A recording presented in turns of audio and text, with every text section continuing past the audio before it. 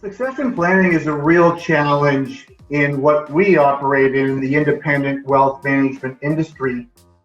The industry has gone through great growth over the years, and we've built such great practices with great legacies. But one of the challenges that's occurred in the independent wealth management space is really a barriers to entry issue. There has not been a lot of new blood financial advisors come into the independent channel.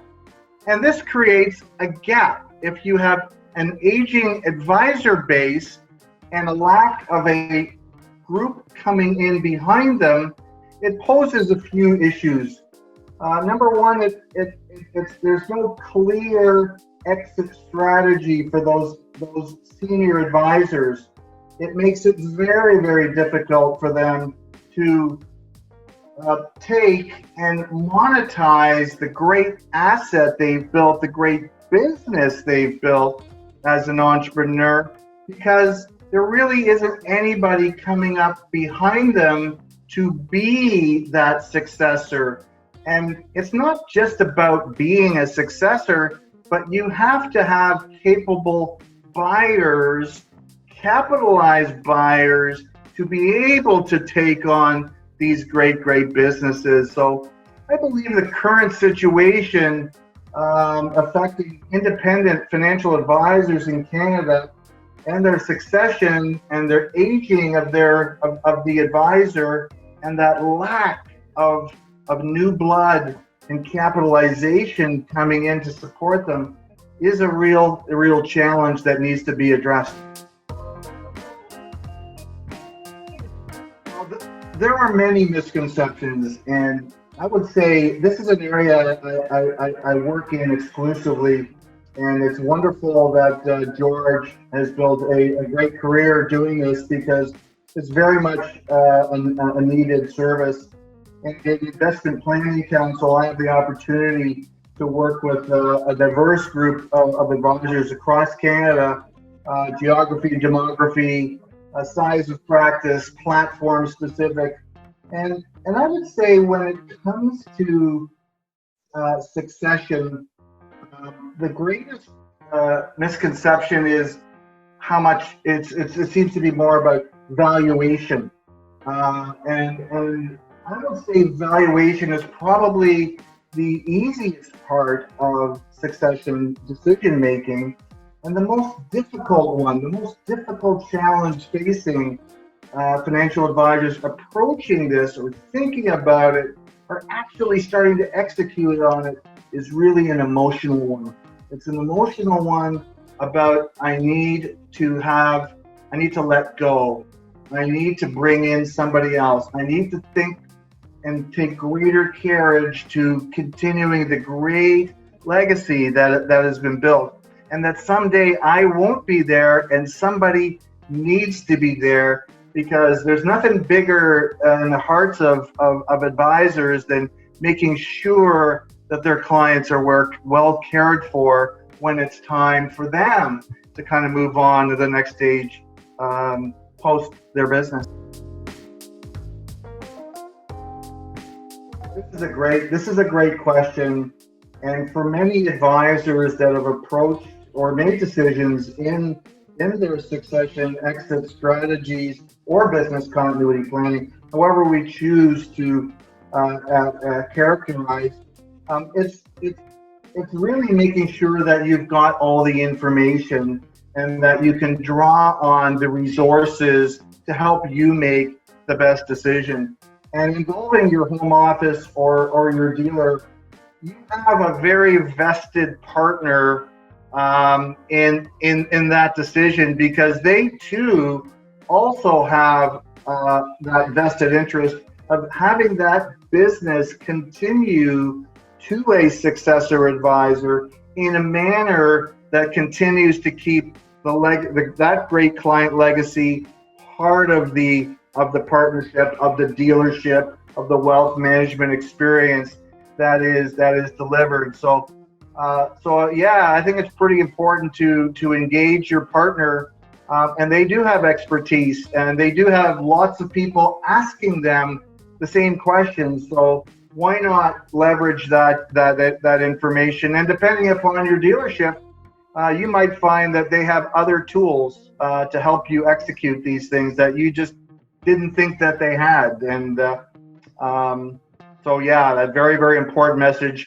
Get broad input into this, and your dealership is definitely a partner that has a vested interest as well.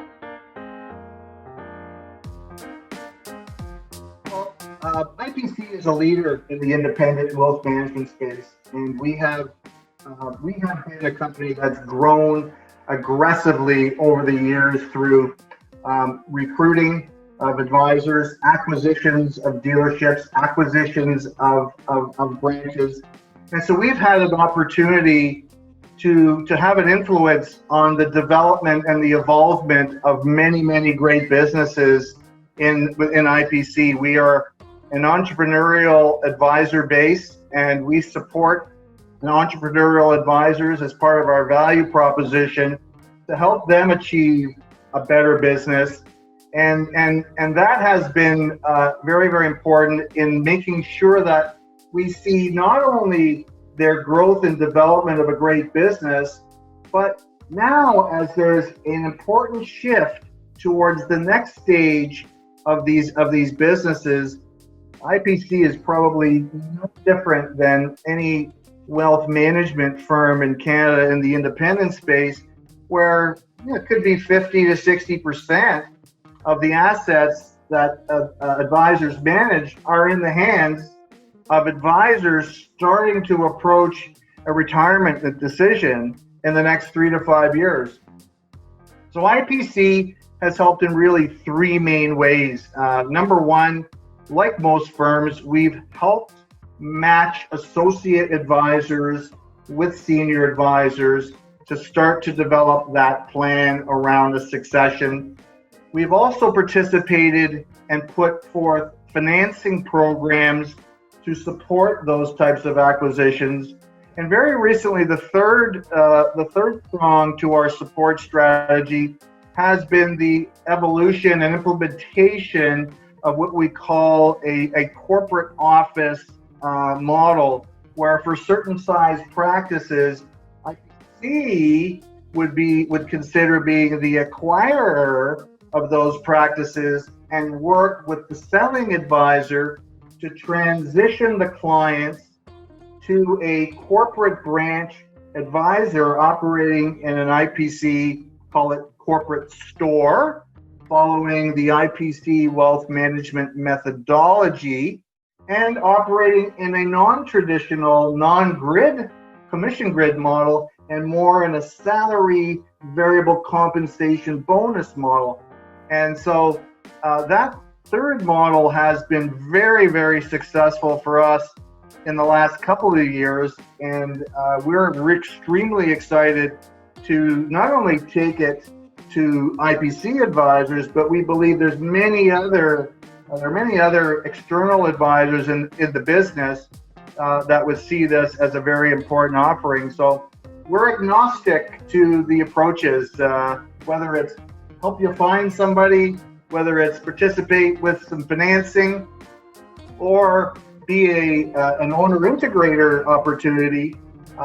We believe we've completed the cycle in terms of our overall offering of supporting IPC entrepreneurial advisors so that they can make that step, that complete cycle step of realizing all the benefits, and number one, making sure that their great legacy will carry forward. And at the end of the day, that's the biggest thing that advisors fear, is that they've got to carry that, their legacy has to be created. So.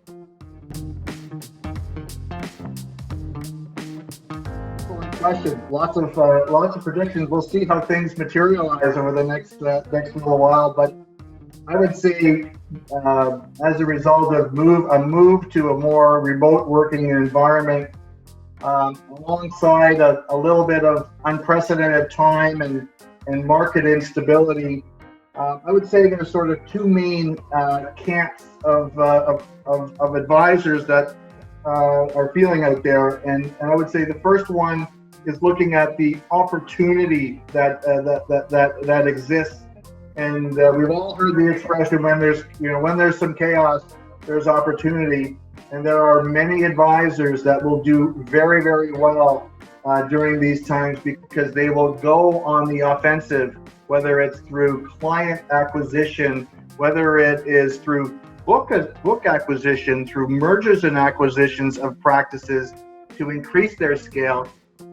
So we're thrilled to support those people. The other camp is obviously, maybe the more pessimistic view of advisors, and I think it's a little premature to suggest whether they're equal or tilted one way or the other. But there are advisors that are questioning themselves. They're questioning their business. They're questioning their commitment. They are questioning their ability to adapt to what we've all heard now as kind of a new normal, or a new reality seems to be the new daily buzzword. And so in those situations, they might be aggressively seeking a form of a succession, exit, or monetization. And again, we are very well poised to support those advisors. So yeah, it's kind of like how you see the world, Roland, like the optimist and the pessimist, and I think there's a good camp of both. But suffice to say, our industry and IPC, we're here to see our advisors through those times and help them.